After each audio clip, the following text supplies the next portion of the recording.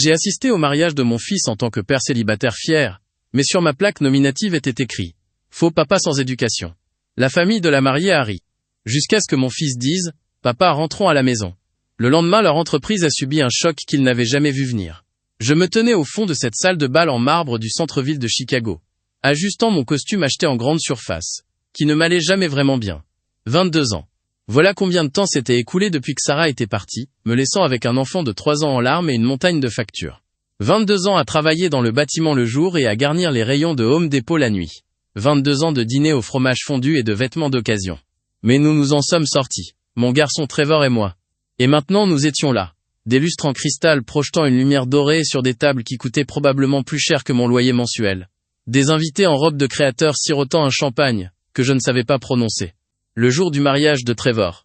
Ma poitrine s'est gonflée de fierté en regardant mon fils, grand et beau dans son smoking sur mesure, rire avec la famille de sa nouvelle épouse près de l'orchestre.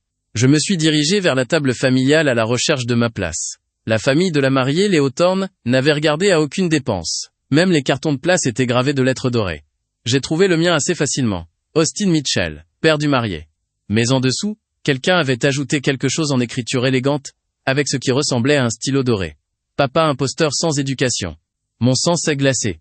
C'était sûrement une erreur.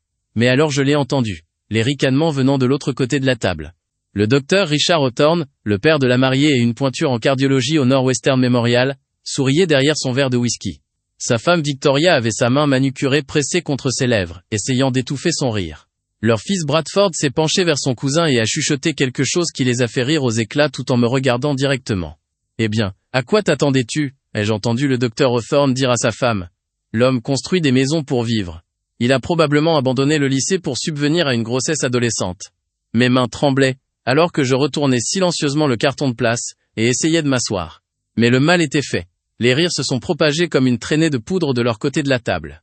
22 ans de sacrifice, 22 ans à être à la fois la mère et le père pour Trevor, réduits à une blague pour leur divertissement. Je me suis levé, prêt à partir avec la dignité qui me restait. Mais au moment où je me tournais vers la sortie, une main ferme a attrapé la mienne. « Papa ?» La voix de Trevor était calme, mais ferme. Ses yeux ont rencontré les miens, et j'y ai vu quelque chose brûler, quelque chose que je n'avais pas vu depuis qu'il avait 12 ans, et qu'il avait tenu tête à des brutes à l'aile, école Jefferson. « Rentrons à la maison. »« Trevor, c'est ton mariage. Rentrons à la maison, » a-t-il répété plus fort cette fois. L'orchestre s'est arrêté au milieu d'une chanson. Les conversations sont mortes.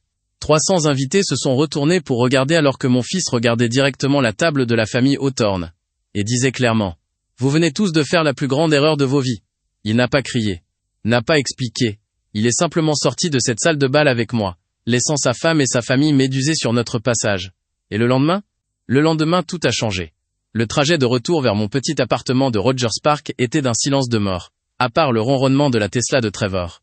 Une voiture qui me mettait encore mal à l'aise chaque fois que je la voyais. Il l'avait achetée l'année dernière avec son emploi dans la tech, bien qu'il ait toujours été vague sur les détails. Mon fils gardait les yeux sur Lakeshore Drive, la mâchoire serrée alors que le lac Michigan s'étirait sombre et infini à côté de nous. Pas un mot jusqu'à ce que nous atteignions mon immeuble. La même résidence de 3 étages sans ascenseur où je l'avais élevé, où le radiateur claquait encore en hiver, et où Madame Rodriguez, à Sidney, étage, jouait encore ses telenovelas trop fort. Alors que je cherchais mes clés, Trevor a finalement brisé le silence. « Tu sais papa, je l'ai vu, j'ai gelé. Le carton de place. Je l'ai vu avant toi. » Je regardais de côté quand le cousin de Bradford l'a écrit. J'attendais de voir ce que tu ferais. Mon cœur s'est serré.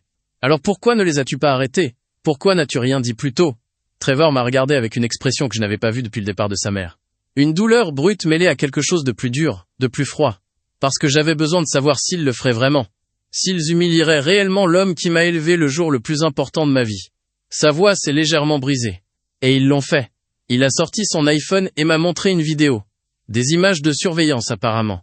Le docteur Hawthorne riant alors qu'il tendait le stylo doré au cousin de Bradford. Victoria plaisantant sur les gens des caravanes marchant parmi les gens civilisés. Et pire encore, Stéphanie, la propre épouse de Trevor, acquiesçant et disant « Mon vrai père est l'homme avec lequel je me marie pour son argent. » Ce travailleur du bâtiment ? Il n'est juste qu'une formalité. J'ai eu l'impression de recevoir un coup en pleine poitrine. Mais Trevor ? Il était calme et froid comme la glace. « Papa, il y a quelque chose que je ne t'ai jamais dit. Je n'ai jamais signé leur contrat de mariage. » J'ai cligné des yeux. « Tu ne l'as pas fait ? » Ils m'ont supplié de le faire. Le docteur Hawthorne a même proposé d'investir dans ma petite entreprise informatique si je le signais. Le sourire de Trevor était tranchant comme un rasoir. Mais à ce moment-là, j'avais déjà construit quelque chose, discrètement, avec mon colocataire de fac Jake. Une entreprise de cybersécurité appelée Fortress Digital. Mon esprit tournait. Trevor, qu'est-ce que tu dis? L'année dernière, Microsoft nous a rachetés. Transaction nette, tout en cash. Il m'a regardé droit dans les yeux. J'ai gagné 47 millions de dollars, papa. Assez pour acheter et revendre tout l'empire de la famille Hawthorne si je le voulais. Je me suis assis lourdement sur mon vieux canapé. Le même où je l'avais aidé à faire ses devoirs pendant 12 ans. Trevor a ouvert son ordinateur portable. Il pensait avoir un mari trophée, un gamin naïf qu'il pourrait modeler et contrôler. Ce qu'ils n'ont pas réalisé, c'est que je jouais aux échecs pendant qu'ils jouaient aux dames. Ses doigts ont volé sur le clavier. Et demain matin, ils vont découvrir qui ils ont vraiment essayé d'humilier. Je me suis réveillé à 5 heures du matin à l'odeur du café. Du vrai café, pas le café instantané que je faisais d'habitude. Trevor était déjà habillé d'un costume bleu marine qui coûtait probablement plus cher que mon camion, debout à mon plan de travail avec une chemise cartonnée épaisse comme un annuaire téléphonique. Aujourd'hui est le jour, papa. Aujourd'hui, ils apprennent qui tu es vraiment pour moi. Pas un pseudo-papa mais l'homme qui a fait de moi tout ce que je suis. Il m'a tendu la chemise. À l'intérieur se trouvaient des rapports financiers, des actes de propriété et des documents d'entreprise. L'entreprise familiale des Hawthorne, Hawthorne Hospitality Group, une chaîne d'hôtels et de restaurants de luxe à travers le Midwest, perdait de l'argent. Discrètement, désespérément. Et Trevor avait racheté leur part d'actionnaires silencieux au cours de l'année écoulée, via des sociétés écrans au nom comme Fortress Holdings et Mitchell Investment Trust. Tu possèdes déjà une partie de leur entreprise? Ai-je chuchoté. Le sourire de Trevor était carnassier. Essaye 48%. Et à partir de 9 heures ce matin, quand le fonds de pension Henderson me vendra sa participation de 12%, je détiendrai la majorité. 9h15 du matin. Siège social de Hawthorne Hospitality dans le Loop. Trevor est entré dans cette tour de verre comme s'il la possédait, ce que je commençais à réaliser qu'il faisait en gros. Les réceptionnistes se sont arrêtés en plein appel, la mâchoire décrochée, alors qu'elle reconnaissait le fils de l'ouvrier du bâtiment, du désastre du mariage qui était déjà le potin du moment. La salle du conseil était bondée. Le docteur Hawthorne était assis à la tête de cette table en acajou poli, portant encore l'arrogance de la veille comme un parfum coûteux. Quel est le sens de cela? A-t-il aboyé alors que Trevor s'asseyait calmement et posait cette épaisse chemise sur la table? La voix de Trevor était stable comme le granit. Effective immédiatement, je contrôle 51% de Hawthorne Hospitality Group. Voici la documentation. N'hésitez pas à faire vérifier par vos avocats. Le silence était assourdissant. Puis sont venus les chuchotements, les appels téléphoniques frénétiques, le bruissement des papiers, alors que les mains du docteur Hawthorne tremblaient, en lisant la preuve de la nouvelle propriété de son empire. Vous espèce de petit parasite, a bredouillé le docteur Hawthorne, les veines saillantes sur son cou. Trevor n'a même pas cligné des yeux. Non Richard, je suis le produit de l'homme que vous avez moqué. L'ouvrier du bâtiment qui a construit la skyline de cette ville pendant que vous jouiez au golf dans des clubs privés. Le pseudo-papa, qui a travaillé 16 heures par jour pour que je puisse aller à Northwestern. La même université où vous enseignez denditis aux étudiants en médecine. La salle du conseil était silencieuse comme la tombe. Permettez-moi d'être parfaitement clair, a poursuivi Trevor, se tournant pour s'adresser aux autres membres du conseil. Je ne dissoudrai pas l'entreprise aujourd'hui. Mais effective immédiatement, le docteur Hawthorne, sa femme, sa fille, et tous les membres de leur famille sont licenciés de tous leurs postes. La sécurité vous escorterait dehors. Vos indemnités de départ vous seront envoyées par courrier. Le docteur Hawthorne a bondi en avant. Vous ne pouvez pas faire ça, c'est mon entreprise. L'entreprise de mon père. La voix de Trevor est restée égale. C'était votre entreprise. Maintenant elle appartient à l'homme que vous avez appelé un pseudo-papa. Par mon intermédiaire. Et sur ce nous sommes sortis, laissant l'héritage des Hawthorne en cendres. Les semaines qui ont suivi ce que le Chicago Tribune a appelé la reprise de revanche du mariage, ont été un tourbillon. L'histoire de Trevor s'est propagée comme une traînée de poudre sur les réseaux sociaux et dans les milieux des affaires. Les gros titres allaient de « Le marié fait choc aux beaux-parents élitistes » à du casque de chantier à la reprise hostile. Mon fils, autrefois considéré comme le gamin d'un ouvrier du bâtiment, était maintenant invité à parler à la Harvard Business School, et faisait la couverture du magazine Entrepreneur. Quant à Stephanie Hawthorne, eh bien elle a disparu d'Instagram plus vite que la glace en juillet. Sa vie soigneusement organisée de parties sur yacht et de brunch de créateurs s'est éteinte du jour au lendemain. La rumeur à Chicago disait qu'elle et ses parents étaient maintenant confrontés à des enquêtes fédérales pour détournement de fonds et accords clandestins que les comptables légaux de Trevor avaient découverts pendant l'acquisition. Mais Trevor, il a juste continué à travailler, à construire. Il a déplacé le siège social de son entreprise vers de nouveaux bureaux étincelants à River North, mais venait toujours chez moi tous les dimanches pour le rôti et les matchs des clubs, comme quand il avait 10 ans. Puis est venue cette soirée pluvieuse d'octobre, où quelqu'un a frappé à ma porte. Je l'ai ouverte pour trouver Stephanie Hawthorne debout dans mon couloir, trempée par l'orage, son maquillage de créateur coulant sur ses joues comme de l'aquarelle. « Monsieur Mitchell », a-t-elle dit, sa voix à peine un chuchotement. « Je dois parler à Trevor. » Je l'ai appelé. Il est apparu dans l'encadrement de la porte. L'a regardé, et son expression n'a pas changé d'un pouce. « Stéphanie. »« Trevor, j'ai fait une terrible erreur. » Les mots se sont précipités. J'étais sous tant de pression de la part de mes parents, de tout le monde. Ils me faisaient toujours sentir que tu n'étais pas assez, que ton père était en dessous de nous. Mais je réalise maintenant. Trevor a levé la main, l'arrêtant au milieu de sa phrase. Tu réalises maintenant que l'homme que tu as insulté possède l'immeuble devant lequel tu te tiens. Ses yeux se sont écarquillés. Elle a regardé derrière lui vers moi, assis sur mon vieux canapé. Monsieur Mitchell, je suis tellement désolé. J'étais jeune et stupide et arrêtez. Ma voix était calme, mais ferme. Vous n'êtes pas désolé de ce que vous avez fait, ma chère. Vous êtes désolé de la façon dont cela a tourné. Elle se figea comme un chevreuil dans les phares. Trevor sortit une enveloppe de la poche de sa veste. Tes parents ont signé ceci lorsqu'ils étaient désespérés de liquider leurs actifs restants. Il s'agit d'une clause de non-concurrence qui interdit à tout membre de ta famille de travailler ou de détenir des actions dans une entreprise hôtelière de l'Illinois pour les 20 prochaines années. Il la lui tendit. Cela t'inclut. Des larmes ruisselèrent sur son visage. Trevor, je t'en prie, ne pouvons-nous pas simplement parler, trouver une solution? Tout m'embête. Il la regarda une dernière fois, et je vis dans ses yeux la même force tranquille que j'avais tenté de lui inculquer toutes ces années auparavant. Tu as eu ta chance de parler, Stéphanie. Tu as choisi le mépris au respect.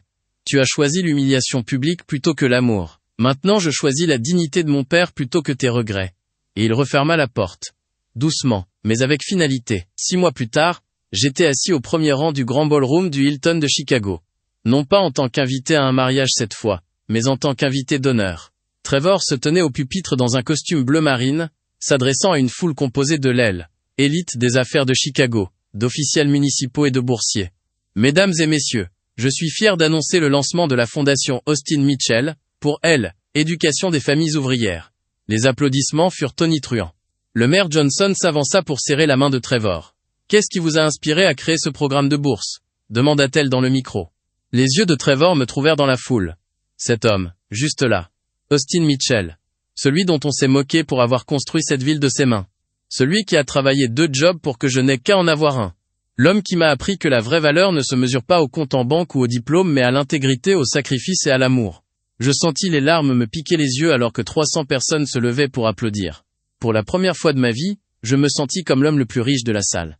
Après la cérémonie, Trevor et moi marchions le long de la Chicago River Walk, les lumières de la ville dansant sur l'eau, comme des diamants éparpillés. Tu n'étais pas obligé de lui donner mon nom, dis-je doucement. Il s'arrêta de marcher et se tourna vers moi. Papa, tout ce que je suis, tout ce que j'ai bâti existe parce que tu as cru en moi quand personne d'autre ne le faisait. Quand maman est partie, quand les enfants allaient à l'école se moquaient de mes vêtements d'occasion, quand les conseillers d'orientation disaient que je devrais envisager des options de carrière réalistes, tu n'as jamais cessé de croire. Je repensais à ce père célibataire effrayé que j'étais il y a 22 ans, me demandant comment j'allais bien pouvoir élever un garçon seul. En regardant Trevor maintenant, accompli, intègre, fort, je réalisais que je n'avais pas simplement élevé un fils. J'avais élevé un homme qui connaissait la différence entre être riche et avoir de la valeur. D'ailleurs, sourit Trevor, je me dis qu'il est temps que la famille Hawthorne apprenne à quoi ressemble un vrai héritage. La fondation allait par la suite offrir des bourses complètes à plus de 500 enfants de familles ouvrières. Mais ce soir-là, marchant le long de la rivière avec mon fils, je savais que j'avais déjà reçu le plus beau retour sur investissement qu'un père puisse espérer. 2 années passèrent et la vie s'installa dans un rythme que je n'avais jamais osé espérer. L'entreprise de Trevor continua de croître, avec désormais des bureaux à New York et San Francisco.